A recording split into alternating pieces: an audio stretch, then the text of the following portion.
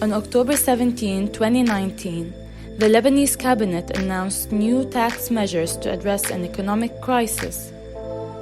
In response, 2 million peaceful protesters of a 5 million population took to the streets across the country, calling for the social and economic rights, for accountability,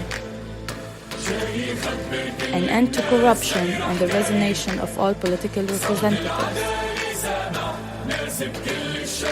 The largely peaceful protests since October 2019 have been met by the Lebanese military and security forces with beatings, tear gas, rubber bullets, and at times live ammunition and pellets.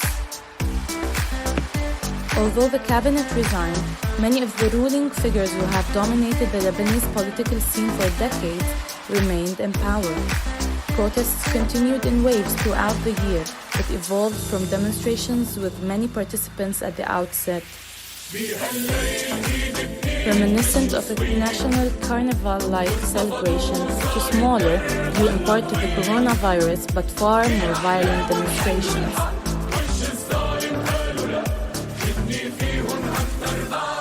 The revolution hastened the elevation of the economic crisis, political chaos, and the country's paralysis.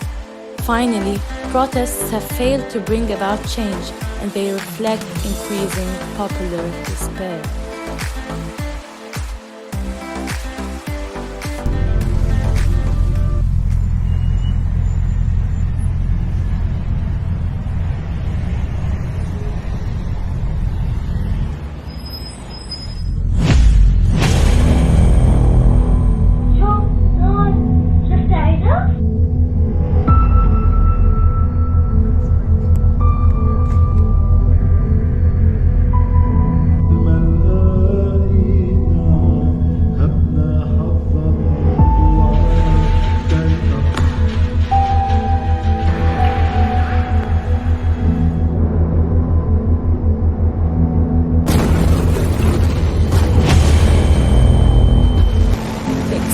Was caused by the corruption, neglect, and mismanagement of a dysfunctional government.